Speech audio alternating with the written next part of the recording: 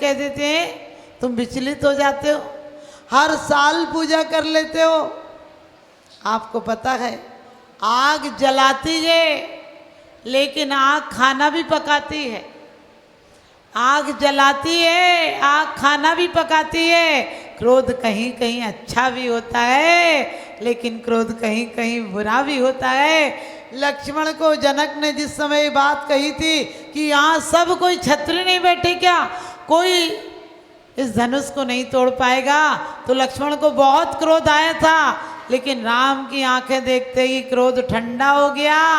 यदि भगवान के डर से क्रोध ठंडा हो जाए तो तुम्हारा जीवन बना देता है। चूल्हे की आंच यदि चूल्हे में हो तो रोटी पका देती है, तुम्हारे जीवन को चला देती है। लेकिन चूल्हे की आंच बाहर आ जाए तो घर को जला देती है, तुम्हें बदनाम कर देती है। इसीलिए कहा है क्रोध तो आएगा लेकिन अनंतानुबंधी नहीं हो जाए, अप्रत्याख्यान नहीं रह जाए, प्रत्याख्यान नहीं रह जाए। यदि है भी तो संजुलन होकर निकल जाए, हल्का होकर निकल जाए। क्या मिलेगा अगर किसी को मार दोगे जान से? अरे क्रोध में असल बाप कह देता है बेटा से कि तू असल बाप का है तो निकल जा। बेचारा क्या करे, उससे बाप पे शंका थोड़ी है।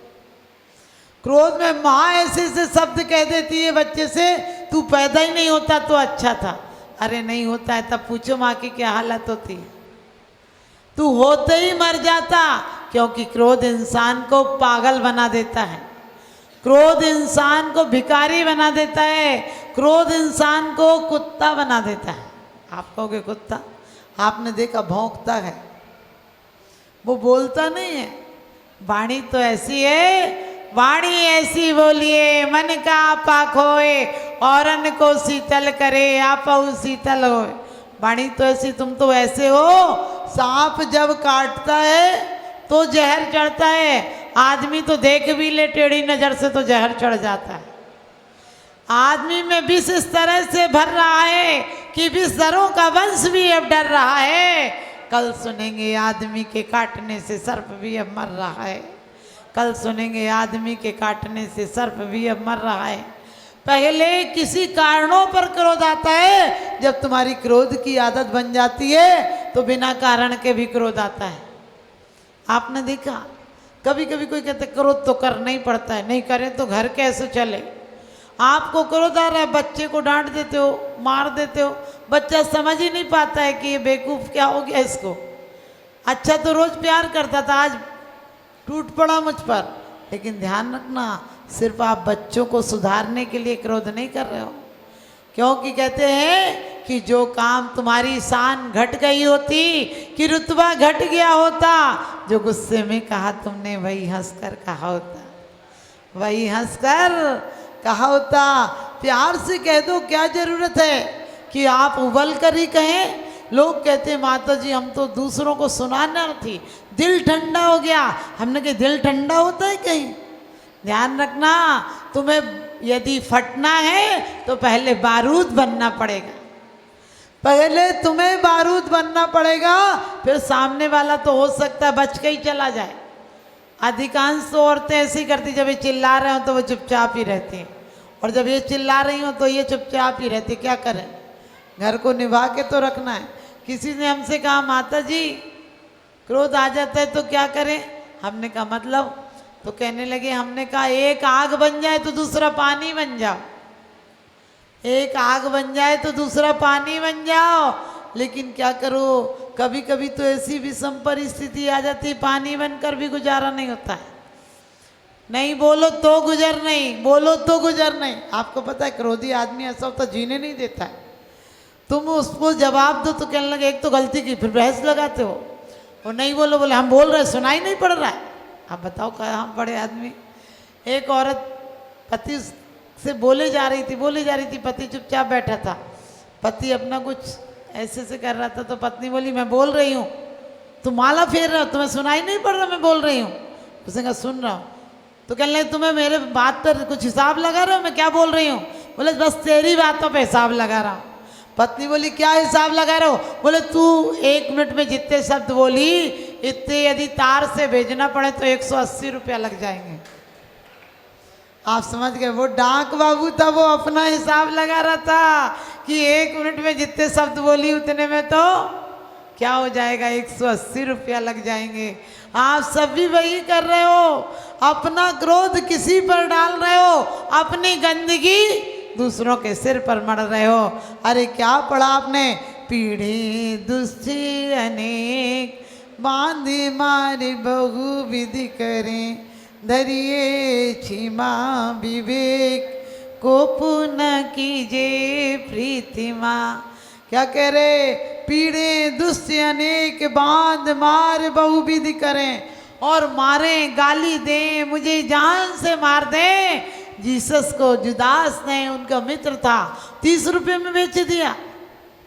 और जुदास जब आखिरी टाइम में मिला, उनकी नज़र मिल गई, तो जीसस ने उसे गले से लगा लिया। लोगों ने कहा तुम पागल हो, सारा षड्यंत्र इसने बनाया, इसने तुम्हें 30 रुपये लेकर तुम्हारी झूठी बातें फैला दी, और ये तुम्हें मारने का। उन्होंने कहा ये जो किया वो इसका कर्म था, ये मेरा मित्र था, मैं इसके साथ प्रेम के अलावा कुछ नहीं कर सकता। और उन्होंने कितनी अच्छी बात कही कि मैं प्रेम के अलावा इन्हें कुछ नहीं दे सकता। और दूसरी बात कि इसने तो मुझे परमात्मा से और जल्दी मिलने का मौका दिया। ना जाने इस जीवन में कुछ और गलतियां हो जाती, क्रोध हो जाता, झगड़ा हो जाता, लड़ाई हो जाती। तुम्हारा जीवन क्या है, यही सब का तो पिटारा है। क्रोध होती है, लड़ाई होती है, झगड़ा होता है, बैर होता है, रोज पूजा में पढ़ लेते हो तुम। ध्यान रखना, उनने क्या कहा कि जो ये कर सकता था वो दया का पात्र है। जिस समय फांसी दी जा रही थी, लोगों ने पूछा, राजा ने पूछा तुम्हें कुछ कहना है? कहने लगे परमात्मा से एक ही बात कहना है कि इन सबको माफ कर देना, क्योंकि ये लोग जानते नहीं ये क्या कर रहे हैं। हम कह सकते हमें तो हम इतना क्रोध की फैक्ट्री लगाने में तैयार हैं, इतना माल उत्पादन कर सकते हैं हम कि हमसे बड़ा बिजनेसमैन कोई नहीं होगा क्रोध में। आप बताओ, कोई जय जिनेंद्र कर ले तो तुम्हें गुस्सा आ जाए, बोले रोज तो करता नहीं, आज कर रहा दिखाने के लिए। नहीं करे, कहने लगे जाने दे, ऐसे तो 336 जाते हैं। आप ध्यान रखना, आपको बात बात पे क्रोध आता है। आपकी चप्पल टूट जाए तो क्रोध आ जाता है, आपके मोबाइल का रिचार्ज खत्म हो जाए तो क्रोध आ जाता है, उसका बैलेंस खत्म हो जाए तो क्रोध आ जाता है, पेन की इंक खत्म हो जाए तो क्रोध आ जाता है, रोटी में ठंडी हो तो क्रोध आ जाता है, सब्जी में नमक नहीं हो तो क्रोध आ जाता है। अरे कुछ तो स्टैंडर्ड बनाओ उसका भी। इतने हो कि तुम्हें किसी चीज़ पर भी क्रोध आ जाता है। लोग कहते हैं क्या करें, ऐसे मजाक में कर लेते हैं हम तो। क्या मैं कहती हूँ कि रोग की जड़ खांसी और लड़ाई की जड़ हंसी, क्रोध लोभ वीरुत हास इनमें भी मत करना, क्योंकि क्रोध से भी झूठ बोला जाता है, क्रोध में भी और क्रोध आ जाता है। एक माँ ने बच्चे से कहा तूने रसगुल्ला खाया? बोले नहीं खाया। माँ बोली तू नहीं खाया, घर में कोई आया ही नहीं? बोले नहीं खाया। बोले बहुत पीटूंगी। बोले पीट लो, नहीं खाया। पिताजी आए और बोले बेटा तुमने रसगुल्ला खाया? बोले नहीं पापा जी। बोले बेटा तुम्हारे लिए था और किसी को नहीं खाना था, लेकिन उसमें बेटा एक गुठली थी ना, वो नहीं खानी थी। बेटा बोला पापा जी जो मैंने रसगुल्ले खाए उसमें गुठली नहीं थी। आप समझ गए? काणे से काणा कहो तो जय वो रूठ, धीरे धीरे पूछ लो भैया कैसे गई थी फूट। आप भी ध्यान रखना, यदि क्रोध का जवाब क्रोध से दोगे तो क्रोध से ही मिलेगा। पति पत्नी में झगड़ा हो जाता, दोनों ही बोलना छोड़ देते हैं, अब दोनों ही कुड़ते रहते हैं। ये और बड़ा समस्या कि अब बोले कौन, काहे को छोड़ते हो? क्योंकि सबको हरा भरा रहने दो, सबको हरा भरा रहने दो, ये जीवन का सार है। और दो शब्दों में जीत है भैया, दो शब्दों में हार है। प्रेम और क्षमा दो शब्दों के शब्द हैं, प्रेम में भी दो शब्द हैं, क्षमा में भी। इससे जीवन क्या उपवन बन जाता है। और सच पूछो क्रोध और घृणा, इनमें भी दो ही दो शब्द हैं, इनसे जीवन तहस नहस हो जाता है। पति क्रोध में था, कहने लगे मुझे जाना है। अब बोला तो नहीं, एक पर्ची रख दी टेबल पर कि सुबह 6 बजे उठा देना। दूसरे दिन उठ नहीं पाए 6 बजे, 7 बजे नींद खुली तो पत्नी से डायरेक्ट तो नहीं बोला, बहुत चिल्ला कर बोला ये भी क्या बात है, जब पर्ची रख दी थी तो उठाया क्यों नहीं। पत्नी ने इशारा किया, वहीं दूसरी पर्ची रखी है, उसने वो लिखा था 6 बजे उठा देना, दूसरी पर्ची में लिखा रखा हुआ था 6 बजे का उठ जाओ। ये जीवन प्रतिबिंब है, जो दोगे वही मिलेगा, प्रतिध्वनि है, जो दोगे वही मिलेगा। आपको पता है, आप बड़े लोगों से कहते हो खाना खा लो, बना दिया, तो सास भी फिर ऐसे कि खा लूंगी, जब खाना होगा खा लूंगी। तुम पति से कहती हो लाए कि नहीं मेरे लिए चीज, पति कहते नहीं लाया, कर लेगी, क्या कर लेगी। ध्यान रखना, बिल्कुल क्रोध करना छोड़ दो, क्योंकि ये जीवन मिला है। तुम अपनी वाणी को जिन वाणी बना सकते हो, इस वाणी को ऐसी मत बनाना कि अगले जन्म में एक एक शब्द बोलने के लिए तरस जा। इस वाणी को ऐसी बनाना कि द्वादशांग वाणी बन जाए, इस वाणी को सुनने के लिए लोग तरस जाए। क्योंकि आपने अभी पढ़ा, यह बैर महा दुखदाई है, यह बैर न बैर मिटाता है, यह बैर निरंतर प्राणी को व्याकुल करके भटकाता है।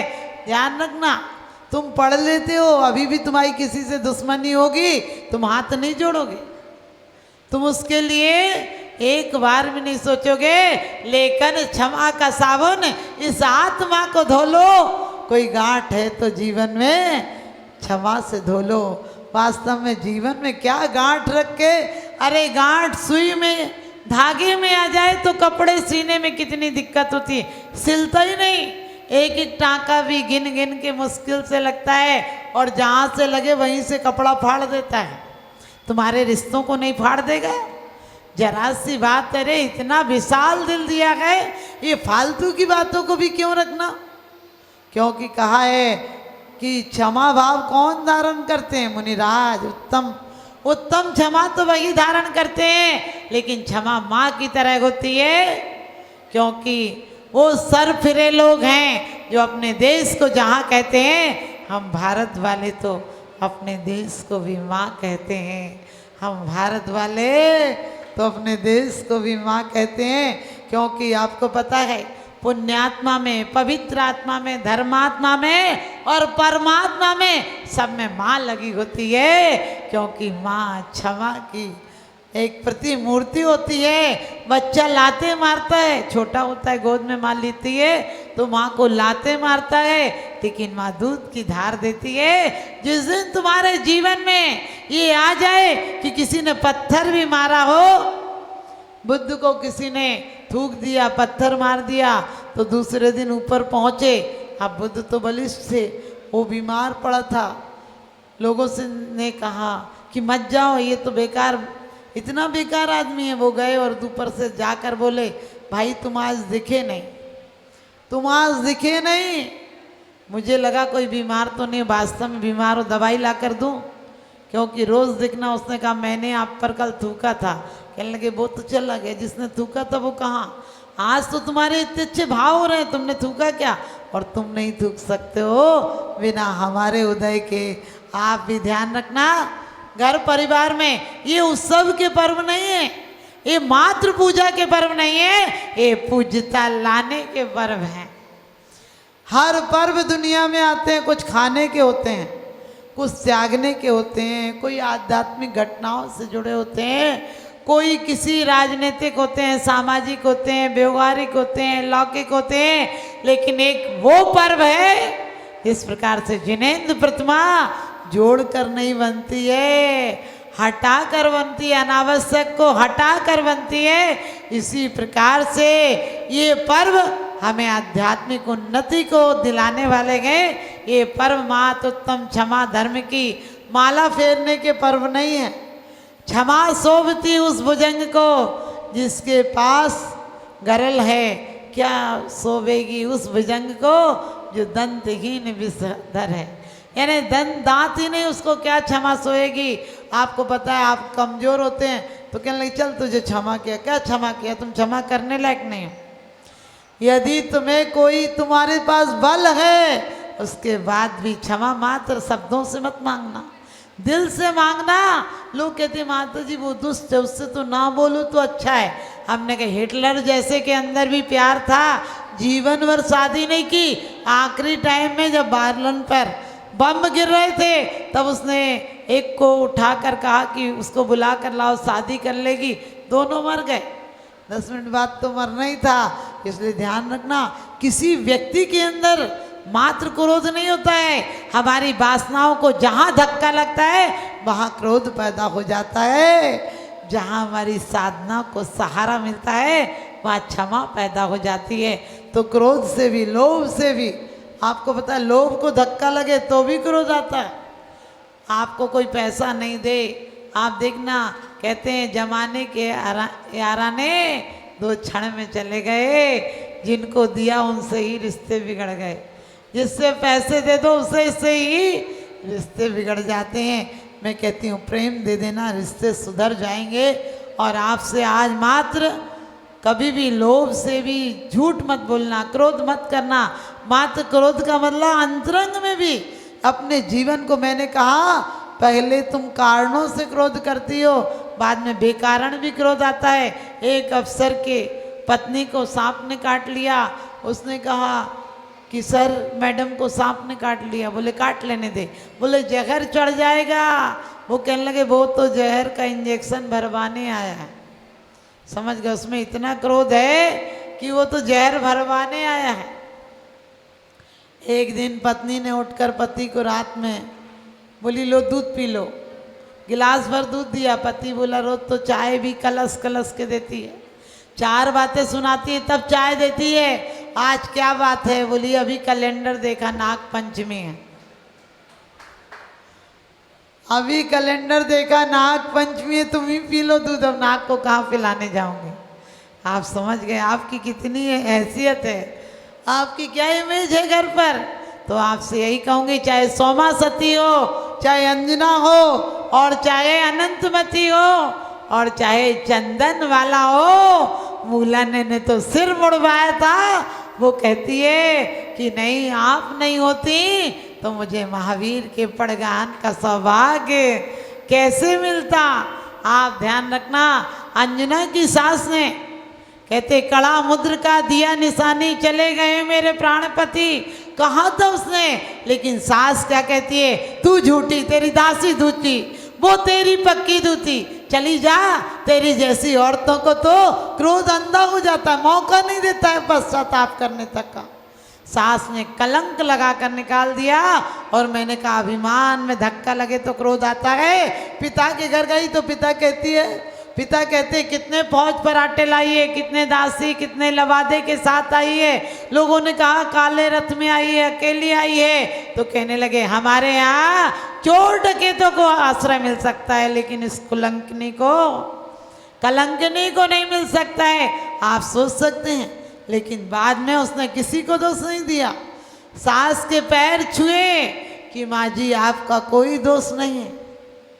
आपने मनोवती का, जिस सास ने, जिस जेठ जिठानी ने देहरी नहीं लांगने दी, बारात दुल्हन बनकर आई थी, दूसरे बार नहीं आने दिया। पति ने कहा कि तू कहे तो आज वो आपत्ति के मारे हमारे यहाँ राज्य में नौकरी करने आए, तू कहे उन्हें सूली पे चढ़वा दूँ, तू कहे तो उनमें कोड़े पड़वा दूँ। वो क्या कहती है, मैं अदब से चुप हूँ, गुनाहगार की तरह तुम्हारी जबान चल रही है तलवार की तरह। सुन लीजिए, मेरा अन्न जल का त्याग है, जो हुआ वो मेरे कर्मों का दोष था, लेकिन वो मेरे पूज्य पुरुष हैं, उन्हें ससम्मान यहाँ पर लाओ। आप सोच सकते हैं, सारे राजसी वस्त्राभूषण उसने भेजे और लेने गई, उसी सास जेठानी के पैर छुए, कहने लगी वो मेरी पूज्या है। जिस दिन अपनी बेटियों को ये शिक्षा देकर भेजोगे, मैं कहती हूँ हर घर स्वर्ग बन जाएगा और हमारी बेटियाँ कल्याणी बन जाएंगी, मंगल कलश बनकर जाएंगी, कलयकारिणी बनकर नहीं जाएंगी। आज समय बहुत हो गया है, तो आपसे यही कहूँगी कि एक नहीं, हमारा प्रथमान योग क्षमा वाला वीर बन जाता है, महावीर बन जाता है। मैं उन मुनियों के चरणों में नमन करती हूँ जो उत्तम क्षमा धर्म के धारी होते हैं, क्योंकि अभी आपको शेष पूजाएं भी करना है। कहते हैं हम ऐसे संत जिन्हें नमते उनका क्रंदन खो जाता है, जिनके चरणों में जाकर के उनका चंदन हो जाता है। चेतनता इतनी जग जाती, तन चिंतन चेतन हो जाता है, और इनका वंदन करते करते खुद का वंदन हो जाता है। इनका वंदन करते करते खुद का वंदन हो जाता है। आज से अपनी जीवन शैली को बदलो। आज से जिससे गुस्से में बोलते थे उससे प्यार से बोलकर देखना। हर पत्थर के नीचे सरिता का अथाह जल भरा है। तुम पत्थर को प्यार से हटा दो, पत्थर से सिर फोड़कर मर मत जाओ। क्रोध में बोलकर रिश्ते, परिवार और परभव खराब मत करो। प्रेम से और मधुर वाणी मिली है, उसे सुंदर बनाओ। एक दिन तुम्हारी वाणी केवल ज्ञान वाणी हो जाएगी, केवली की वाणी हो जाएगी। इन्हीं शुभ भावनाओं के साथ बोली उत्तम क्षमा धर्म की